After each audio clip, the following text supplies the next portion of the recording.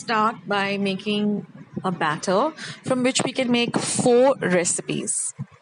So let's make this easy batter. Now you will take about 1 cup of urad dal or urid dal and soak it for a minimum of 4 hours in some water. Then you're going to take about 2.5 cups of rice. Now you can use regular rice, but it's always better to use parboiled rice or idli rice and soak it for about 6 to 7 hours. You can add a few methi or fenugreek seeds. Now after you have soaked both the dal and the rice, we are going to grind them individually or separately. So first we're going to grind the urid dal with just a little water, just about 1 tablespoon of water, and we will get this kind of a thick batter. Now you're going to take this out in a bowl, and we are going to now grind the rice with again 1 tablespoon of water till you get a very fine consistency of the rice like this. This is the rice paste or the rice batter. Now you're going to add this to the urad dal batter and you're going to mix this very, very well. In fact, the best way to mix it is with your hands, your palm of your hand, because our body heat transfer to this just gives it a different, elevates it to a different level. Now we're going to cover and keep this batter overnight or for a minimum of 8 to 10 hours. And after 8 to 10 hours, you will see that this batter has doubled in size and has risen. So this is how it gets fermented. So now you can keep this batter in your refrigerator for about 2 to 3 days, and you can make so many different interesting recipes from this batter. First, we're going to make these soft and yummy idlis and some fresh coconut chutney. This is a very healthy recipe.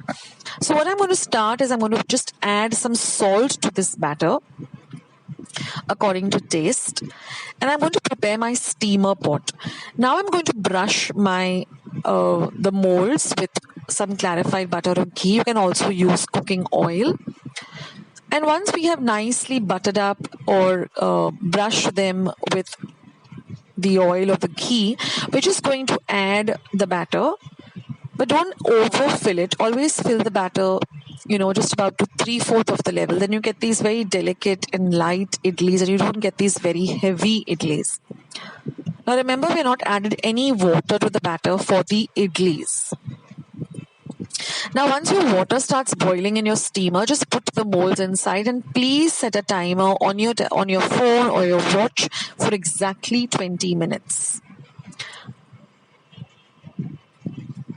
20 minutes is the perfect time for the idlis to get ready. Now in the meantime, we're going to prepare this fresh coconut chutney. Now you require the juice of 1 lemon or half a lemon, depending upon how much of sourness you like in your chutney.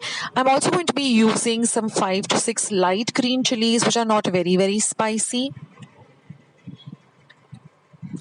Now I'm going to just crush up the ginger. I'm going to use some cloves of garlic and ginger and just crush up the ginger, garlic and green chilies to a coarse paste. This ensures that when you're grinding it in your mixer or your grinder, it comes very nicely fine and you don't get these bits of chilies. Now you also require some coconut, some coriander, some salt, some sugar and a little bit of water. Just put all of these ingredients into your mixer pot or your grinder and grind this to a lovely fine paste. Now even the sugar, the pinch of sugar and lemon juice also adds a lovely flavor, and your lovely coconut fresh chutney is ready. This chutney can even be eaten with some uppams. They can be eaten with dosas. This is just an amazing chutney. Now after waiting for 20 minutes of the steaming of the idlis, We're going to open up the pot and we're going to take out the molds and let them cool down to room temperature. It is easier that way to remove the idlis. They don't stick to the bottom once they're nice and cool to room temperature. And then just demold these idlis and they are all ready to serve with this amazing chutney.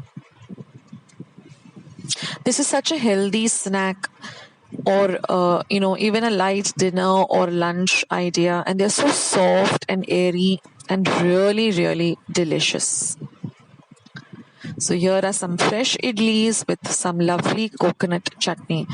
Now, the same idlis, what I like to do is I just like to toss them in some ghee, fry them on both sides, and then just put some mulga pudi powder and a little bit of salt. They taste just divine. This is a really nice tiffin idea.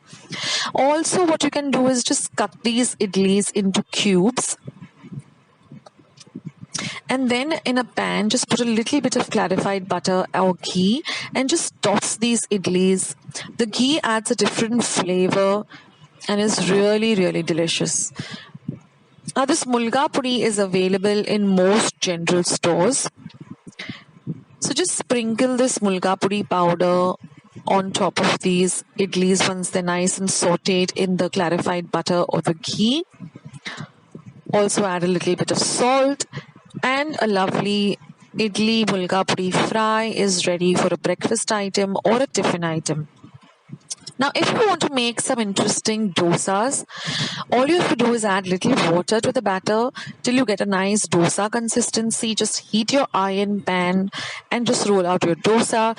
Now, if you have this potato bhaji, I'll leave the recipe for the potato bhaji. All I've done is added some cashew nuts to the potato bhaji. Just spread that, sprinkle some cheese, and you have a lovely cheese masala dosa ready for your breakfast.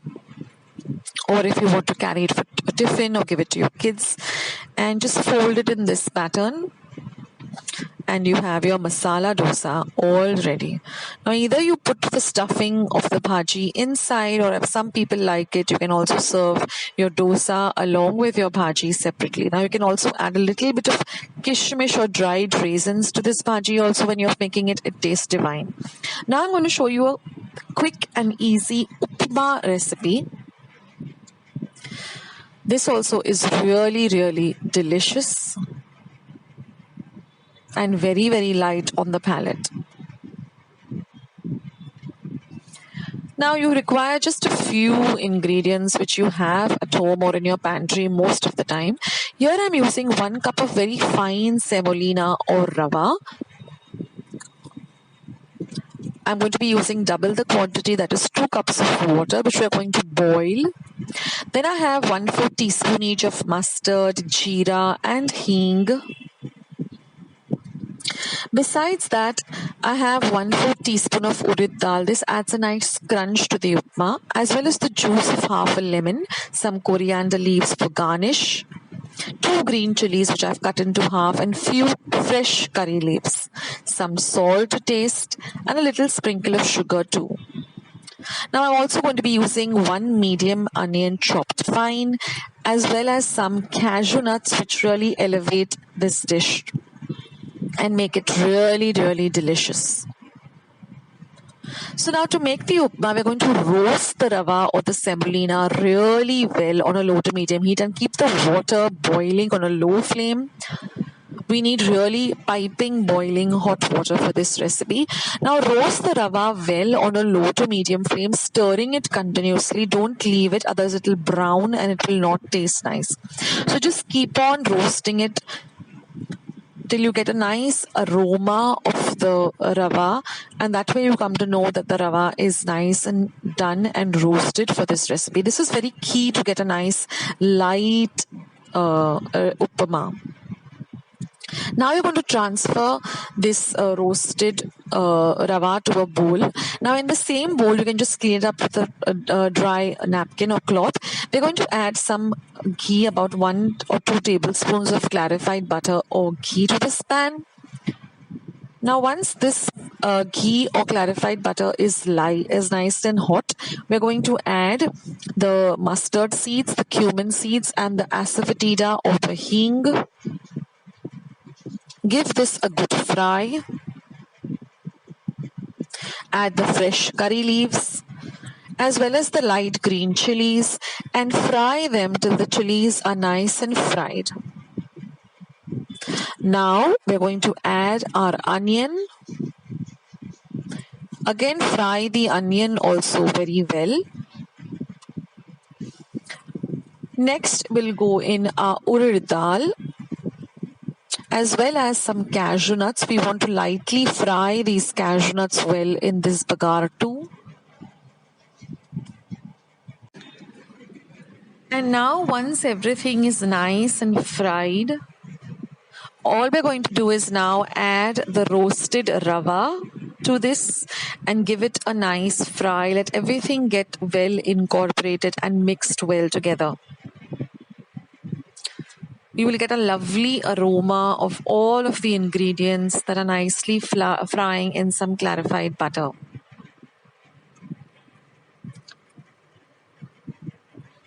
So keep frying, keep an eye on it. And then now we're going to add a little bit of salt to taste, as well as a pinch of sugar. The sugar also really elevates the taste of this dish. Fry everything well. Let the salt and the sugar also get very well mixed up with the rest of the ingredients. Now I like to use this fine rava rather than using a thick rava because it cooks faster, as well as it's not very grainy and it's very, very light on the palate and it has a very nice taste. So we regularly use this fine rava. Now we're going to add this hot boiling water and let the boiling water cover up all of this fried semolina well.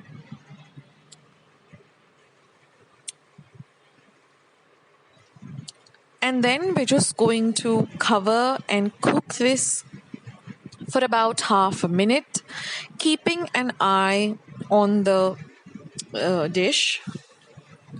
And after about half a minute, you will see that everything has come together and the rava or the semolina is nice and cooked. It is not raw anymore because of the hot boiling water, and plus we have fried this well, roasted it first, fried it well in the ghee. And now we're just going to turn off the gas flame and we're going to add our lovely lemon or lime juice. You can add as little or as much as you like of this lemon juice. Now mix in the lemon juice well with the upma so that it coats all of it very well. And then we're just going to garnish it with some freshly chopped coriander or cilantro. For an added flavor, you can also just put some very fine shave on this. It tastes amazing. Now the next recipe is a very healthy recipe called Amore. Now you get this Amore flour very easily in general stores. I will leave a recipe of how to make this Amore flour in my description box below. You can add half a teaspoon or as per taste of red chili powder and some turmeric powder into this. Then some salt to taste. And we're going to add some crushed up garlic. And then we're just going to add water and whisk it in till we get a nice thick and runny paste. In the sense, we don't want it's like a dosa paste. We don't want a very thin paste or a thick paste. Yes, it has to be able to pour it easily. Just heat up or just brush up some oil on a nice hot iron pan and just pour this. Fry it on both sides with some clarified butter or ghee till you get this amazing pancake or ghavan type of Amore. Next recipe is the spicy oats ghavan or pancakes. Now you take 1 cup of oats and in a mixer pot grind it to a fine powder and keep it aside. Now the other ingredients are as follows.